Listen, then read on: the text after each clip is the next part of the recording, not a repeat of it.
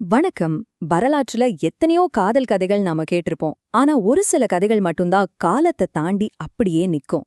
அப்படிப்பட்ட ஒரு மாபெரும் பஞ்சாபி காதல் காவியமான மிர்சா சாஹிபான் கதையில உள்ள பின்னணியை தான் நாம இன்னைக்கு இந்த வரலாற்று தொகுப்புல பார்க்க போறோம். இது வெறும் காதல் இல்லங்க, வீரம், துரோகம், தியாகம் எல்லாமே கலந்த ஒரு எமோஷனலான பயணம். உண்மையான காதல் சில நேரங்கள்ல வாழ்க்கையில ஜெயிக்காம போகலாம், ஆனா அது என்றென்றைக்கும் வாழும். இந்த வார்த்தைகளை எங்கேயாவது கேட்டிருக்கீங்களா? ரொம்ப ஆழமான ஒரு பழமொழி இது. ஆனா இது சும்மா வரலங்க. ஒரு மிகப்பெரிய துயரமான சம்பவத்தில இருந்து தான் இந்த வரியே உருவாச்சு. அந்த வரலாற்று சம்பவம் என்ன? இந்த பழமொழியை உருவாக்குன அந்த 2 பேர் யார் அப்படிங்கறத நம்ம இப்ப கொஞ்சம் டீப்பா பார்க்கலாம். முதல்ல அந்த காலகட்டத்துக்கு நம்மள நாமே கொண்டு போயிடலாம். கொஞ்சம் கற்பனை பண்ணி பாருங்க. பஞ்சாப் நிலம், சுத்தி பொன்னிறமா கோதுமை வயல்கள். மெல்லிய காத்து வீசுது. ஒரு சாயங்கால நேரத்துல சூரிய வெளிச்சம் அந்த பழமையான கிராமத்து மேல படுது. வானத்துல பறவைகள் பறந்துட்டு இருக்கு. இந்த மாதிரியான ஒரு ரொம்ப அமைதியான கிராமத்துல தான் நம்ம கதை ஆரம்பிக்குது. சரி, இப்ப நம்ம கதையோட மெயின் கேரக்டர்ஸ் யாருன்னு பார்க்கலாம். ஒரு பக்கம் சாஹிபான். இவங்க ரொம்ப பெரிய வசதியான அரசு குடும்பத்துல பிறந்தவங்க. அவங்க வாழ்க்கை முழுக்க சமூக அந்தஸ்து கட்டுப்பாடுகள்னு சுத்தி பின்னப்பட்டிருக்கு.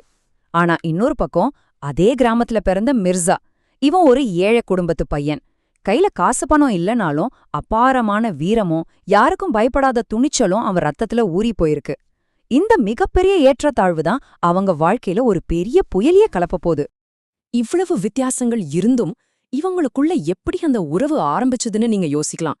எந்த ஒரு பாகுபாடும் தெரியாத அந்த சின்ன வயசுல தொடங்கின இவங்களோட தூய்மையான நட்பு எப்படி நாளடைவுல ஒரு சமூகமே எதிர்க்கிற அளவுக்கு ஆழமான காதலா மாறுச்சுன்னு நாம இப்போ பாப்போம்.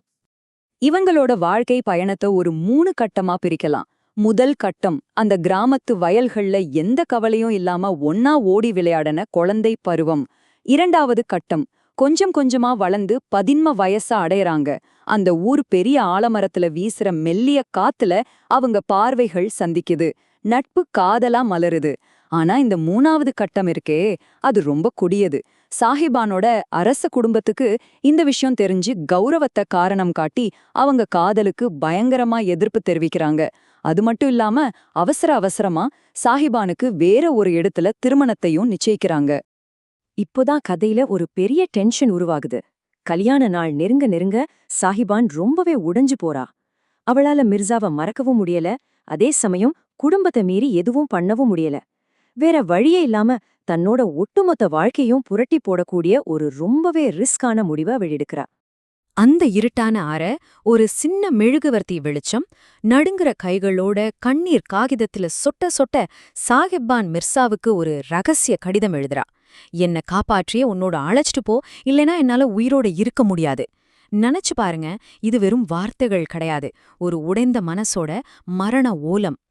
இந்த ரகசிய மெசேஜ் மிர்சாவோட கைக்கு கிடைக்குது. அத படிச்ச உடனே அவனுக்கு வந்த அதிர்ச்சிக்கு அளவே இல்ல. அடுத்த செகண்ட் அவன் வேற எதையுமே யோசிக்கலங்க. தன்னோட உயிரை பத்தி கூட கவலைப்படாம கைரி அப்படிங்கிற தன்னோட நம்பிக்கையான குதிரை மேல தாவி ஏறுறான். கடுமையான பாலைவன புழுதி புயல் வீசுது. ஆனா அத பத்தியெல்லாம் அவனுக்கு கவலையே இல்ல. தன்னோட காதலிய மீட்க அதிவேகமா சீறி பாயிறான் மிர்சா. ஆனா விதி வேற ஒரு கொடூரமான பிளான கையில வச்சிருந்தது. இந்த மொத்த கதையிலையும் ரொம்ப வஞ்சகமான ஒரு 2 அத்தியாயத்துக்குள்ள நாம இப்போ நுழைய போறோம். அடுத்து நடக்க போற அந்த துரோகத்தை யாருமே எதிர்பார்த்திருக்க மாட்டாங்க. சாஹிபானோட குடும்பத்துக்கு மிர்சா வரப்போற விஷயம் எப்படியோ முன்கூட்டியே தெரிஞ்சிடுது. அதனால அவங்க ஒரு மாஸ்டர் பிளான் போடுறாங்க. முதல்ல மிர்சாவை எதிரியா பார்க்காம ரொம்ப அன்பா வரவேற்கிறாங்க. ரெண்டாவதா, ரொம்ப தூரம் பயணம் பண்ணி வந்த களைப்புல இருந்த அவனுக்கு நல்ல சாப்பாடு கொடுத்து நிம்மதியா தூங்க வைக்கிறாங்க. இதுல 3வது விஷயம்தான் ரொம்பவே கொடூரமானது. அவன் நல்லா ஆழ்ந்த தூக்கத்துல இருக்கும்போது அவனோட பலமாவே இருந்த அந்த அம்புகளையும் ஆயுதங்களையும் ரகசியமா உடைச்சு போட்டுடுறாங்க. மிர்சா தூக்கத்துல இருந்து முழிச்சு பாக்குறான். அப்போதான் அவனுக்கு புரியுது, நாம ஒரு மிகப்பெரிய சதியில மாட்டிக்கிட்டோன்னு. அவன்கிட்ட இப்போ எந்த ஆயுதமும் இல்ல. அவனோட அம்புகள் எல்லாம் சுக்கு நூறா உடைஞ்சு கிடக்கு. இப்போ நமக்கே ஒரு கேள்வி வரும். ஆயுதங்கள் இல்லாம சுத்தி எதிரிகள் இருக்கிற இந்த சூழ்நிலையில மிர்சாவால சாஹிபானை எப்படி மீட்க முடியும்? யாருமே உதவ முடியாத ஒரு மோசமான நிலைமையில அவன் தனியா நிக்கிறான். இப்போ நாம இந்த காவியத்தோட மிக முக்கியமான, ரொம்ப எமோஷனலான இறுதி பகுதிக்கு வந்துட்டோம். ஒரு பக்கம் ரொம்ப தடபுடலா நடந்துட்டு இருக்கிற பாரம்பரிய பஞ்சாபி கல்யாணம், இன்னொரு பக்கம் தற்காப்புக்கு கூட எந்த ஆயுதமும் இல்லாம நிக்கிற மிர்சா. அந்த கல்யாண மண்டபத்துல திடீர்னு ஒரு பெரிய குழப்பம் வெடிக்குது. அத்தனை கூட்டத்துக்கும் நடுவுல சாஹிபான் தன்னோட குடும்பம், கௌரவம்னு எல்லாத்தையும் உதறி தள்ளிட்டு கண்ணீரோட மிர்சாவ நோக்கி ஓடி வர்றா. அந்த ஒரு செகண்ட்ல அவளுக்கு ஒரு விஷயம் ரொம்ப ஆழமா புரியுது. நாம இப்போ புரிஞ்சோன்னா நம்மளோட காதல் என்றென்றைக்கும் முடிஞ்சு போயிடும். இதுக்கு மேல தப்பிக்க வேற வழியே இல்லங்கிற யதார்த்தம் அவளுக்கு உரைக்குது. இப்போ மிர்சாவால போராட முடியாத நிலைமை. கோபத்துல கொந்தளிச்சிட்டு இருக்கிற சாஹிபானோட குடும்பம் அவங்கள முழுசா சுத்தி வளைச்சிருச்சு. அந்த இக்கட்டான நேரத்துல சாஹிபான் ஒரு இறுதி முடிவை எடுக்கிறா. அவ மிர்சாவை விட்டு பிரிய மறுத்து அவனை ரொம்ப இறுக்கமா கட்டிப்பிடிச்சுக்கிறா. இந்த உலகத்தோட கட்டுப்பாடுகளுக்கு பயந்து தனித்தனியா வாழ்றதை விட உன்னா சேர்ந்து மரணத்தை ஏத்துக்கலான்னு அவங்க முடிவு பண்றாங்க. அந்த கடைசி அரவணைப்பிலேயே அவங்க 2 பேரோட உயிரும் பிரியுது. இது வெறும் ஒரு பஞ்சாபி நாட்டுப்புற கதையா இருந்தாலும் மிர்சா சாஹிபானோட இந்த மகாபெரும் தியாகம் நமக்கு ஒரு உலகளாவிய செய்தியை சொல்லுது.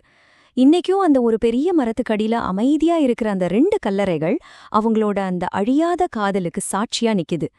இப்போ நீங்களே கொஞ்சம் யோசிச்சு பாருங்க. வாழ்க்கையில எல்லாத்தையுமே இழக்க நேரிட்டாலும் கடைசி மூச்சு வரைக்கும் ஒருத்தருக்கு ஒருத்தர் துணையா நிக்கிறது தான் உண்மையான அன்போட அடையாளமா? இத பத்தி நீங்க என்ன நினைக்கிறீங்கன்னு சிந்திச்சு பாருங்க. மீண்டும் இதே மாதிரி ஒரு சுவாரஸ்யமான வரலாற்று தொகுப்போட உங்களை நான் சந்திக்கிறேன்.